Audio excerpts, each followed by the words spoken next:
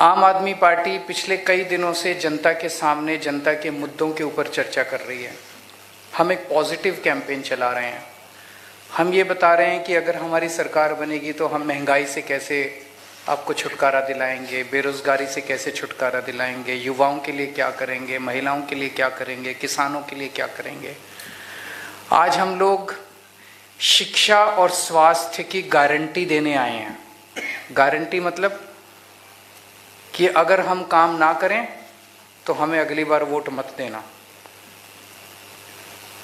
तो मैं बाद में बात करूंगा। आज मेरे को बहुत खुशी है कि दुनिया के सबसे अच्छे शिक्षा मंत्री, ये मैं नहीं कह रहा, ये न्यूयॉर्क टाइम्स ने बोला है, अमेरिका के सबसे बड़े अखबार के फ्रंट पेज के ऊपर, जहाँ पे दुनिया के राष्ट्रपति और प्रधानमंत्री, दुनिया भर के राष्ट्रपति प्रधानमंत्री अपनी फ़ोटो देखने के लिए तड़पते हैं, वो न्यूयॉर्क टाइम्स के फ्रंट पेज पे मनीष सिसोदिया जी की फ़ोटो छपी और उन्होंने कहा कि दुनिया के सबसे अच्छे शिक्षा मंत्री हैं। आज मैं उनको साथ में लेके आया हूँ। गुजरात के बच्चों का भविष्य हम कैसे बनाएंगे, गुजरात के बच्चों को हम कैसे अच्छी शिक्षा देंगे, पहले ये उस पर बात करेंगे, फिर मैं आऊँगा। बहुत बहुत धन्यवाद माननीय मुख्यमंत्री श्री अरविंद केजरीवाल जी, साथ ही गुजरात के आम आदमी पार्टी की बहुत विश्वसनीय मेहनती लीडरशिप और मीडिया के सभी साथी। जैसा कि हम सब जानते हैं कि भारत को विकसित देश बनने के लिए एक बहुत शानदार शिक्षा व्यवस्था की जरूरत है। बिना शानदार व्यवस्था के, हर बच्चे के लिए शानदार शिक्षा व्यवस्था के बिना भारत विकसित देश नहीं बन सकता। भारत दुनिया में नंबर 1 देश नहीं बन सकता।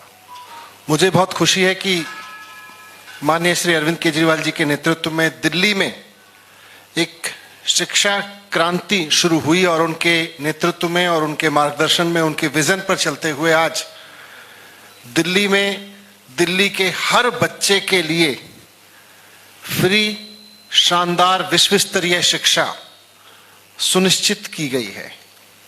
दिल्ली में पैदा होने वाले हर बच्चे के लिए आज शानदार शिक्षा उपलब्ध है।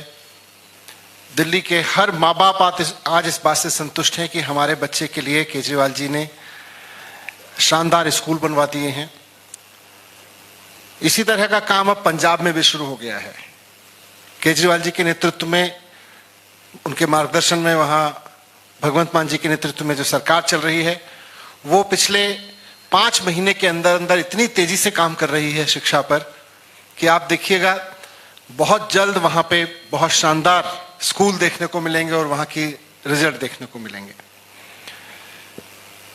अच्छी शिक्षा आज गुजरात के भी हर बच्चे का हक है।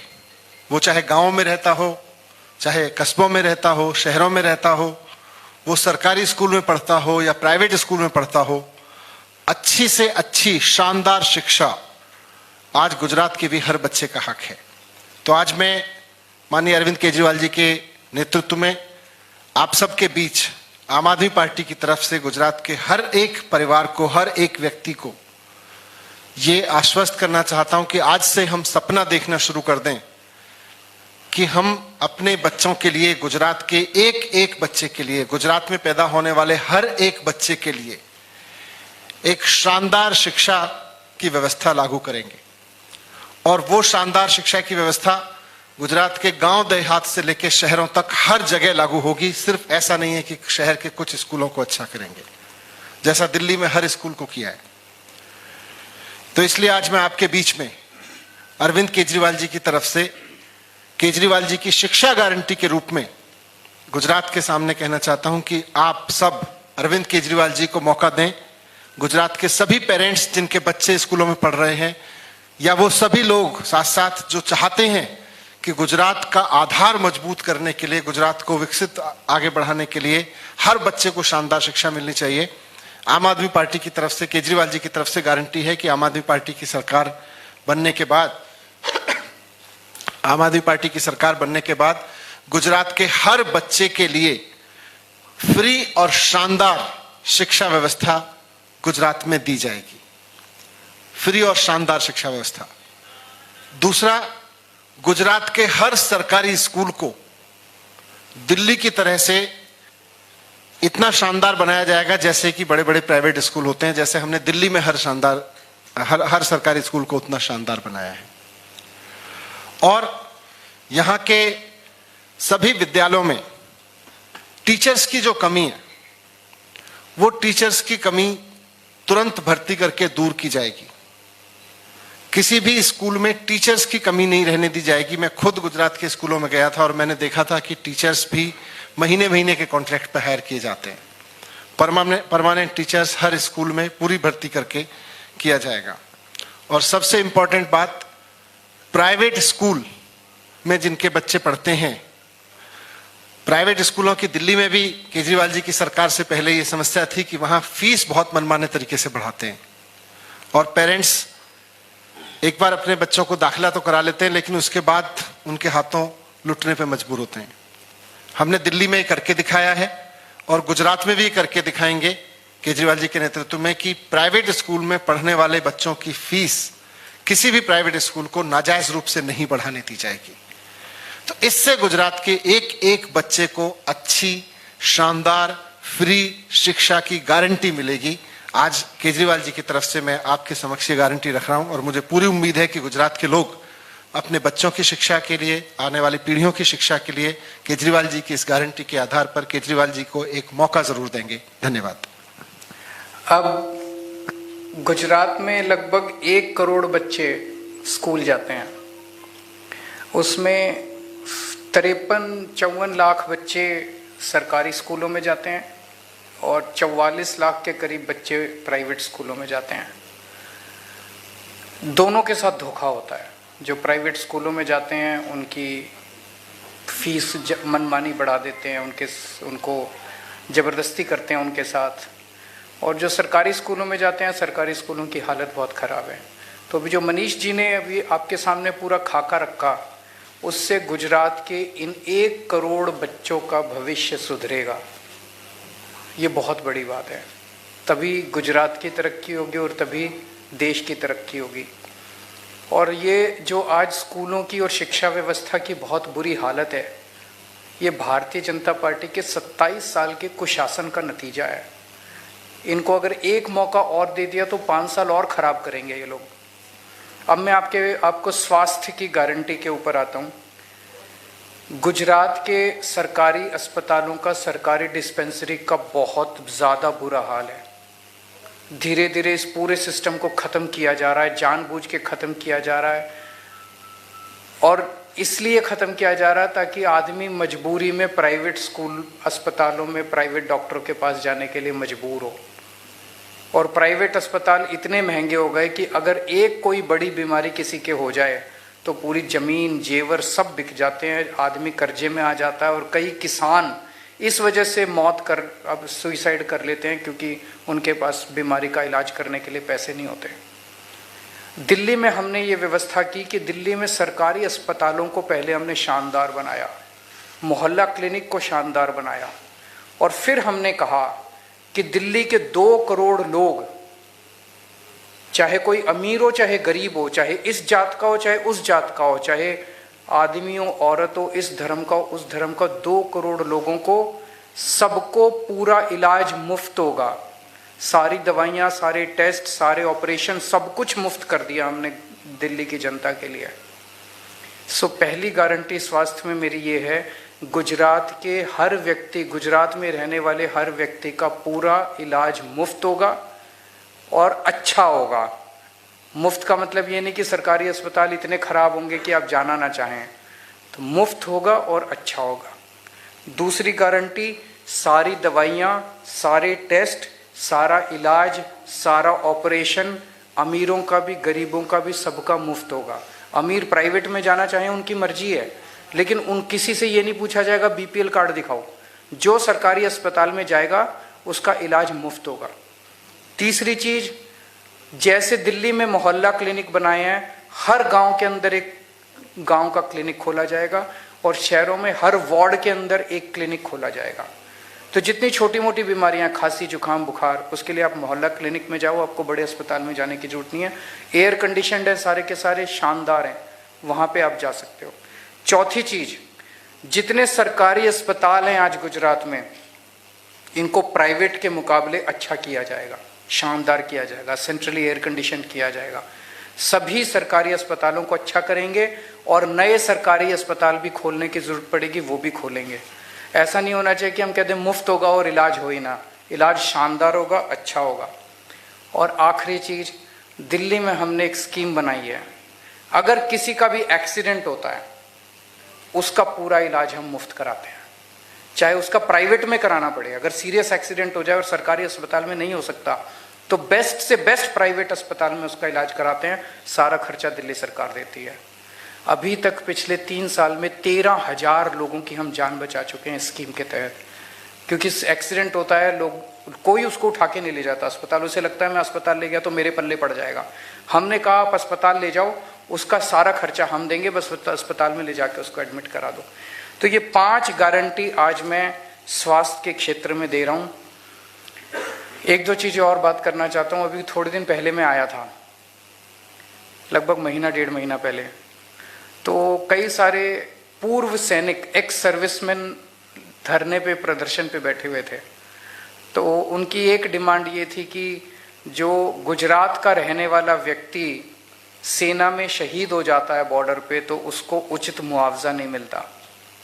दिल्ली में हम लोग, दिल्ली का रहने वाला अगर कोई भी व्यक्ति फौज में है और काम कर रहा है और बॉर्डर पे शहीद हो जाता है, हम उसको 1 करोड़ रुपए देते हैं। तो उस टाइम मैंने उनके बिहाफ पे मैंने ऐलान किया था कि हमारी सरकार बनेगी तो हम उनको 1 करोड़ रुपए देंगे। मुझे बेहद खुशी है कि कल गुजरात सरकार ने ऐलान किया है कि वो भी अपने पूर्व सैनिक, कोई भी शहीद होगा तो उसको 1 करोड़ रुपए की राशि देगी। मैं इसके लिए गुजरात सरकार का आभार व्यक्त करता हूँ। लेकिन एक डिमांड और है मेरी। हमारी दिल्ली में जो स्कीम है उसमें सैनिक भी शामिल हैं और पुलिस वाले भी शामिल हैं, क्योंकि पुलिस भी अपनी जान जोखिम में डाल के उनको बचाती है। तो अगर कोई पुलिस वाला भी किसी ऑपरेशन में शहीद हो जाता है, उसके परिवार को भी मैं खुद उनके घर जाके 1 करोड़ का चेक दे के आता हूँ। तो गुजरात पुलिस के भी कर्मचारियों को इसमें शामिल किया जाए 1 करोड़ रुपए वाली स्कीम के अंदर, कि अगर गुजरात पुलिस का भी कोई व्यक्ति शहीद होता है तो उसको भी 1 करोड़ मिलेगा। दूसरी चीज, ये मैं नहीं कह रहा, ये जनता कह रही है कि ये जो 1 करोड़ इन्होंने ऐलान किया है, इन लोगों की मंशा नहीं है करने की। 3 महीने बाद चुनाव है इसलिए कर रहे हैं, क्योंकि बाकी किसी भी राज्य में नहीं किया इन्होंने, बीजेपी वालों ने मध्य प्रदेश में भी नहीं किया, हिमाचल में भी नहीं किया, यूपी में नहीं, गुजरात में किया क्योंकि 3 महीने बाद चुनाव है। तो जनता ऐसा कह रही है कि इनकी मंशा नहीं है करने की। पहले 1 लाख रुपए देते थे, अभी तक वो भी देते नहीं थे, कागजों में थे, लोगों को धक्के खाने पड़ते थे 1 लाख रुपए लेने के लिए भी। मेरा ये निवेदन है गुजरात सरकार से, अगले 10 दिन के अंदर पिछले 5 साल में जितने भी शहीद हुए हैं लोग, उनको सबको 1-1 करोड़ रुपए की राशि दी जाए, ताकि जनता को भरोसा होगे कि आप देंगे, आप झूठा ऐलान नहीं कर रहे। और अगर गुजरात सरकार नहीं देती तो हमारी सरकार बनने के बाद 10 दिन के अंदर, सरकार बनने के 10 दिन के अंदर 5 साल में जितने गुजरात के रहने वाले शहीद हुए, उन सबके परिवारों को हम 1-1 करोड़ रुपए की राशि देंगे। एक बात कि स्टेट ट्रांसपोर्ट के जो एम्प्लॉयज़ हैं, स्टेट ट्रांसपोर्ट में जो काम करने वाले हैं, उनकी तनख्वाह बहुत कम है। जो कच्चे कर्मचारी हैं उनकी तनख्वाह बहुत कम है, वो प्रोटेस्ट कर रहे हैं। वो बहुत ज़्यादा कंडक्टर हैं, ड्राइवर हैं, वो बहुत ज़्यादा दुखी हैं, मेरे से मिलने के लिए आए थे। मैं ऐलान करता हूं कि हमारी सरकार बनने के 1 महीने के अंदर उनकी जितनी मांगे हैं वो सारी मांगे पूरी की जाएंगी। सभी गुजरात सरकार के स्टेट ट्रांसपोर्ट डिपार्टमेंट के सभी ड्राइवर्स, कंडक्टर्स और दूसरे कर्मचारियों से उनसे निवेदन करता हूं कि जब आप बसों में चल रहे होते हैं, एक यात्री को बोलो कि अब बदलाव चाहिए गुजरात को, अब बदलना है। एक यात्री को बोलो कि इस बार झाड़ू पे वोट डालनी है। सारे ड्राइवर, सारे कंडक्टर लग जाओ, 3 महीने का टाइम है। सब लोग एक यात्री को, हर बस के अंदर एक यात्री को बोलो और खड़े होकर सामने बोलो कि इस बार झाड़ू पे वोट डालनी है। आपका काम करने की जिम्मेदारी मेरी है, आपकी तनख्वाह 1 महीने के अंदर हम बढ़ा देंगे। Thank you. कोई क्वेश्चन है तो बताइए। 1 by 1। आपको बीजेपी की ओर से कोई संदेश मिला है? आपने ऐसा जिक्र किया है कि बीजेपी ज्वाइन कर लो। हाँ, एक बार ही बता रहे हैं। मेरे लिए भी बहुत शॉकिंग था कि मेरे पास मैसेज आया कि दो मैसेज थे, दो पार्ट थे उस मैसेज के, कि एक तो आपके खिलाफ जितने ईडी के, सीडी के, सीबीआई के केस चल रहे हैं इनको सबको खत्म कर दिया जाएगा, और दूसरा कि आप बीजेपी ज्वाइन करके, पार्टी तोड़ के बीजेपी ज्वाइन कर लीजिए और हम आपको सीएम बना देंगे, क्योंकि हमारे पास में कोई सीएम कैंडिडेट नहीं है वहां पे दिल्ली में भारतीय जनता पार्टी में। तो मैंने कहा भाई ये सीबीआई, ईडी जितने केस चल रहे हैं इनकी सच्चाई तो मैं जानता हूं, क्योंकि ये सारे केस फर्जी हैं। मैं एक ईमानदार आदमी हूं। इनफैक्ट मैं अरविंद केजरीवाल जी की टीम में हूं ही इसलिए कि मैं एक कट्टर ईमानदार आदमी हूं। मैंने अब तक सारा काम ईमानदारी से किया है, कट्टर ईमानदारी से किया है। तो इन फर्जी केस में कोई दम नहीं है। आप इनकी धमकियां तो नहीं दे सकते मुझको, इनसे नहीं डरा सकते। और रही सीएम कैंडिडेट बनाने की बात, सीएम बनाने की बात, तो मैंने स्पष्ट किया कि मेरा सपना सीएम बनना नहीं है। मैं यहां राजनीति में सीएम बनने के ख्वाब लेके नहीं आया। मैं जो ख्वाब लेके आया हूं वो ये है कि दिल्ली के हर बच्चे को शानदार एजुकेशन मिले, और आज मैं काम कर रहा हूं कि देश के हर बच्चे को शानदार एजुकेशन मिले, वो चाहे गरीब का बच्चा हो या अमीर का बच्चा। मेरा सपना यह है, मैं उस सपने पे काम कर रहा हूं, और मैं जानता हूं कि यह सपना अरविंद केजरीवाल जी ही पूरा कर सकते हैं। इस देश में कोई और नेता नहीं है जो देश की एजुकेशन को वहां ले जा सकता हो जहां से हमारे देश के हर बच्चे को शानदार एजुकेशन मिले। तो मैं ये भी आप भूल जाओ कि मैं किसी सीएम कैंडिडेट बनने के और सीएम बनने के चक्कर में यहां हूं। मैं तो अरविंद जी के साथ हूं। अरविंद जी मेरे राजनीतिक गुरु हैं। उन्हीं के मार्गदर्शन में, उन्हीं के आदेशों पर, उन्हीं के डायरेक्शंस में दिल्ली में काम किया है और राजनीति में काम किया है।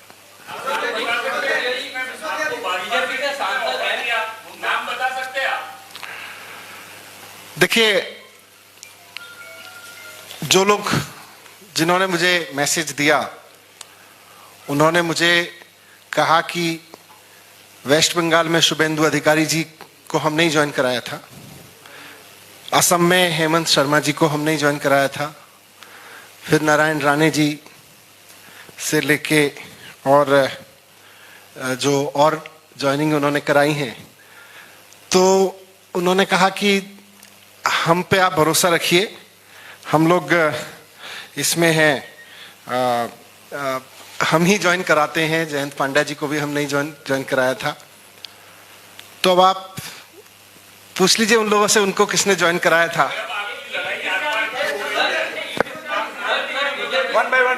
एक एक करके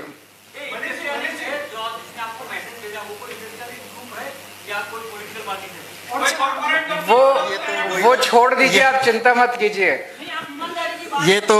ये तो वही लोग बताएंगे ना कि उनको किन्होंने ज्वाइन कराया था। मुझे मेरे पास जो लोग आए उन्होंने दावा किया। लोगों से भी पूछ लीजिए आप। दो सवाल है मेरे। पहला सवाल ये है कि हर्षवर्धन जो हमारे यहाँ के गृह राज्य मंत्री है, आपके ट्वीट को लेकर उन्होंने ट्वीट किया है कि पहले ये तय कीजिए कि आप भगत सिंह की संतान है या महाराणा प्रताप, क्योंकि दो ट्वीट में अलग अलग है। हम दोनों। दूसरा सवाल ये है कि वो जानना चाहते हैं कि कौन सा राजपूत समाज नाराज है। आपने लिखा है राजपूत समाज नाराज। मैं शहीद भगत सिंह का फॉलोअर भी हूं, मैं महाराणा प्रताप की दिलेरी बहादुरी का फॉलोअर भी हूं, मैं गांधी से लेके सरदार पटेल तक सबको अपना गुरु, अपने पिता तुल्य मानता हूं और उनको अपने जीवन का आदर्श मानता हूं। पूरे देश में लोग नाराज हैं। एक मिनट, जिस व्यक्ति को पूरे देश की शिक्षा व्यवस्था सौंप देनी चाहिए, जिस व्यक्ति ने 5 साल के अंदर करिश्मा करके दिखा दिया, मौजूदा रवायती पार्टियां 70 साल में जो काम नहीं कर पाई, और जिस व्यक्ति ने वो काम करके दिखा दिया कि सरकारी स्कूलों को शानदार बना दिया, इस देश के गरीब बच्चों को भविष्य दे दिया, उस व्यक्ति पे सीबीआई की रेड कराते हो तुम लोग, शर्म नहीं आती तुम लोगों को? और फिर ये अनर्गल बातें कर रहे हो। ऐसे व्यक्ति को तो भारत रत्न मिलना चाहिए। पूरे शिक्षा व्यवस्था, प्रधानमंत्री जी को बुलाना चाहिए, उनको कहना चाहिए भाई जो भी पार्टी हो, पार्टीबाजी करने थोड़ी, देश का विकास करना है। मनीष जी बैठिए, हमें बताइए कैसे शिक्षा व्यवस्था ठीक करें। ये होना चाहिए था। ये जो इस तरह की बातें कर रहे हैं, सारे समाज नाराज हैं। राजपूत भी नाराज हैं, ब्राह्मण भी नाराज हैं, बनिए भी नाराज हैं, एससी भी नाराज हैं, एसटी भी नाराज हैं, अमीर भी नाराज हैं, गरीब भी नाराज हैं, औरतें भी नाराज हैं, आदमी भी नाराज है। सब नाराज हैं कि मनीष सिसोदिया को गलत तरीके से सताया जा रहा है। उनको अब 3-4 दिन में इनको गिरफ्तार कर लेंगे। गिरफ्तार, 1 मिनट, गिरफ्तार करने का क्या नतीजा होगा? 3 महीने 4 महीने तक शिक्षा व्यवस्था सफर करेगी। किसके फायदे में है ये? पूरा केस फर्जी है। किसको फायदा होगा? हम काम रुकने नहीं देंगे, लेकिन थोड़े दिन के लिए बाधा तो पहुंचेगी। इससे देश का भला होगा क्या?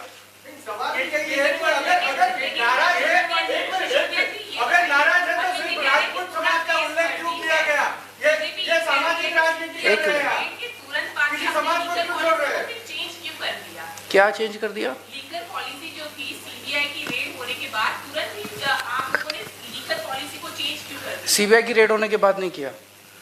1 अगस्त को किया था। उसका कारण है 850 दुकानें खुलनी थी दिल्ली के अंदर। एक एक करके 350 दुकानें खुल पाई, 500 दुकानें नहीं खुल पाई। जिस तरह से केंद्र सरकार और सारी एजेंसीज दबाव डाल रही थी हमारे अफसरों के ऊपर, अफसरों ने उस पॉलिसी के तहत नई दुकानें का ठेका करना, नीलामी करने के लिए मना कर दिया। एलजी का दबाव था, पुलिस का दबाव था, सेंट्रल एजेंसीज का दबाव था। वो पॉलिसी बहुत अच्छी है, हम किसी के साथ भी डिबेट करने के लिए तैयार हैं। हमारे पास ऑप्शन नहीं थी। अगर हम वो नहीं करते, सारी दुकानें बंद हो जाती और वहां पे नकली दारू बिकनी चालू हो जाती, जैसे आज गुजरात के अंदर है। इसलिए हम पुरानी वाली पॉलिसी पे चले गए। पुरानी पॉलिसी में 100 कमियां हैं, लेकिन कम से कम नकली दारू तो नहीं बिक रही है।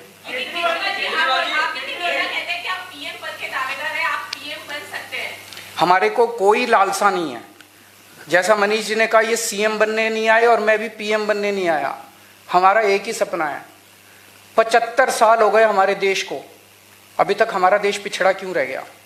हमारे बाद जो देश आजाद हुए वो हमसे आगे चले गए। सिंगापुर आगे चला गया, जापान आगे चला गया, जापान तहस नहस हो गया था, जर्मनी तहस। हम पीछे क्यों रह गए?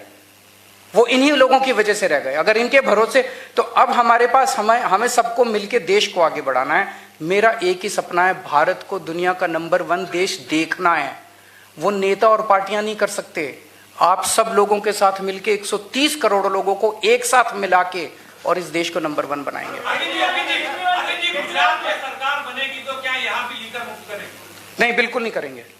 हम जो पॉलिसी आज नशाबंदी की चल रही है, वो नशाबंदी की पॉलिसी लागू रखेंगे, लेकिन गैर कानूनी शराब का धंधा नहीं करेंगे। वो धंधा करते हैं, 10,000 करोड़ की दारू का धंधा करते हैं, ये उनका धंधा है। हम अपनी पार्टी को गैर कानूनी शराब बेच के नहीं चलाएंगे।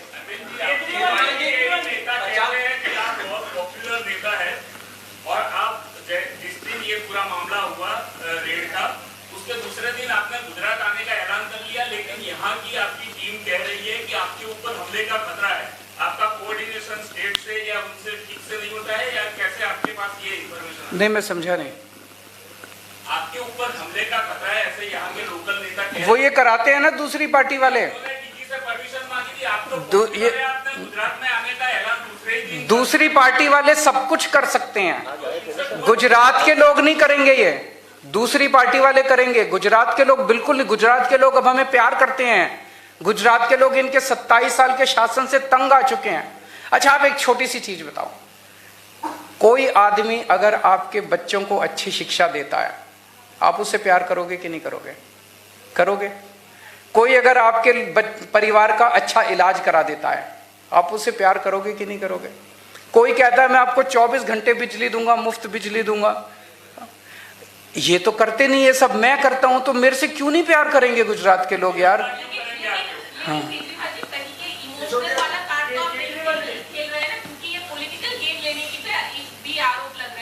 वो तो आरोप लगाते रहेंगे, उनको मत सुनिए आप, गुजरात की जनता को सुनिए। गुजरात आज ये सारा, मैं आपसे एक पूछता हूं प्रश्न, ये सारा रेड वेड अब अचानक क्यों चालू हो गई? इसको गिरफ्तार कर लिया, एक और कल केस एक और रजिस्टर कर दिया, अभी तो बहुत गिरफ्तारियां होंगी। ये सब गुजरात के चुनाव की वजह से, दिसंबर में खत्म हो जाएगा, दिसंबर तक हो रहा है बस, ये दिसंबर तक चुनाव हो जाएगा गुजरात का। गुजरात में भारतीय जनता पार्टी की जमीन खिसक रही है, इनका 27 साल का शासन खिसक रहा है। अभी मनीष भी गिरफ्तार होंगे और भी कई हो सकता है, मेरे को भी करने, क्या करेंगे क्या नहीं करेंगे, कुछ भी कर सकते हैं। Last question,